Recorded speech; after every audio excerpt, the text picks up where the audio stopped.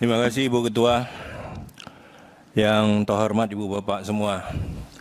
Alex Indra Lukman, fraksi Partai Demokrasi Indonesia Perjuangan, nomor anggota 162, daerah pemilihan Sumatera Barat 1. Baru kali ini rapat yang saya harus mencatat sedemikian panjang, Pak Menteri. Jadi mohon izin Ibu Ketua kalau kali ini saya bicara agak panjang. Data yang Bapak sampaikan, deforestasi hutan yang turun. Saya curiga, kebun kayu monokultur Bapak hitung sebagai ganti hutan primer, hutan alam primer di hulu sungai. Sehingga deforestasinya turun. Itu juga tercermin dari data yang dipaparkan bahwa kerusakan di daerah aliran sungai sedemikian dahsyatnya. Maka tidak heran kalau banjir bandang ini luar biasa. Kalau ada data, ada foto mungkin, dan pasti saya rasa bapak-bapak juga sudah ketahui, ada gelondongan kayu di Sanyang Baka, Kabupaten Solok. Itu kita pastikan dari Taman Nasional Kerinci Seblat, Pak, kayunya. Coba Pak bayangkan, gimana nggak terjadi seperti ini? Kalau memang pembiaran itu sudah terjadi sedemikian lama, Pak. Bapak tadi nunjukin ada 3 kasus. Ada 3 foto yang saya lihat. Nih, itu, yang sudah terungkap. Apa? Ayo, upaya pemulihannya. Saya pastikan sampai sekarang juga belum. Ini kan yang disampaikan ini baru cuman soal pembabatan hutan, pembalakan liar. Secuil, Pak. Bapak tidak paparkan ya toh, data tambang ilegal yang menghancurkan hutan sedemikian parahnya. Ayo dong, buka. Itu kan di sepanjang aliran sungai itu semuanya juga tambang ilegal. Nggak bakal punya izin kok. Dan itu kawasan hutan. Kemana aja kita selama ini, Pak?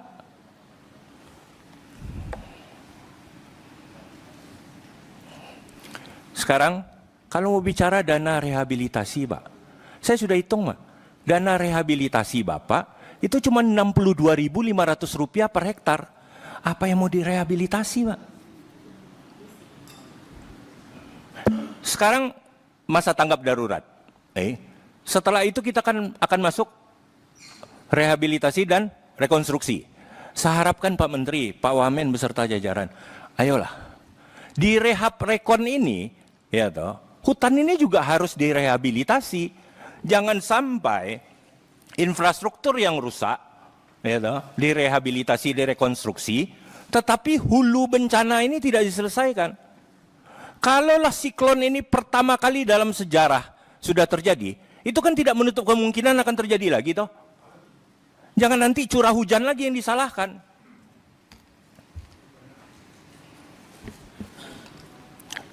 Pak, korban jiwa itu, Pak. Tidak cukup lagi duka dan sesal kita di sini mengobati itu gitu loh. Ya. Berapapun mahalnya biaya rehabilitasi ini, itu juga tidak bisa mengganti nyawa saudara-saudara kita. Tidak bisa mengobati penderitaan saudara-saudara kita di Aceh, Sumatera Utara, dan Sumatera Barat. Jadi jangan lagi bicara anggaran, Pak. Ayo. Untuk satu nyawa, itu tidak pernah bisa kita nilai, Pak. Apalagi dengan sedemikian banyaknya yang sekarang. Jangan pernah sampai terjadi lagi. Jadi all-out cost ini harus kita selesaikan. Ya. Bapak juga bicara tadi soal masalah mitigasi. Ya. Mitigasinya seperti apa, Pak? Aplikasi basis apa lagi? Ini kan butuh kreativitas baru, Pak. Butuh ide gitu loh. Sumatera itu daerah yang berawan. Citra satelit itu sudah nggak bisa lagi menembus itu gitu loh. Ini kan yang terjadi selama ini kan soal satelit, ini kan data satelit. Buktinya hutannya tetap gundul kok. Oleh karena itu ayo dong. Apa? Sekarang kan ada teknologi radar. Radar Sentinel itu bisa membaca bukaan lahan 0,1 sampai 0,5 hektar. Ayolah. Jangan lagi kemudian berpikiran masih yang kuno-kuno dulu gitu loh Pak. Sudah tahu dengan teknologi yang sekarang tidak memadai, ayo dikembangkan dong. Dipikirkan caranya. Tidak hal yang gagal kita ulang lagi terus-menerus gitu loh. Jadi tolong Pak Menteri Besar, ini benar-benar serius lah Pak.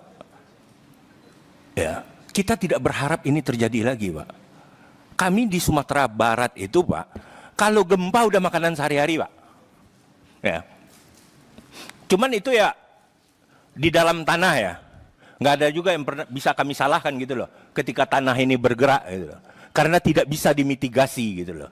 Belum ada juga ilmunya sampai ke sana gitu loh. Maka kami kalau di bawah 6 skala Richter nggak lari Pak keluar rumah Pak. Kalau sudah di atas 6 baru lari keluar rumah. Tapi kalau ini bisa Pak. Ini bisa dimitigasi. Kita tahu penyebabnya. Ayo. Kami pasrah dengan gempa Pak. Kami berdoa kalau sudah soal gempa. Tapi kalau soal ini kami tidak terima. Karena ini bisa diurai dan bisa diselesaikan. Terima kasih Ibu Ketua.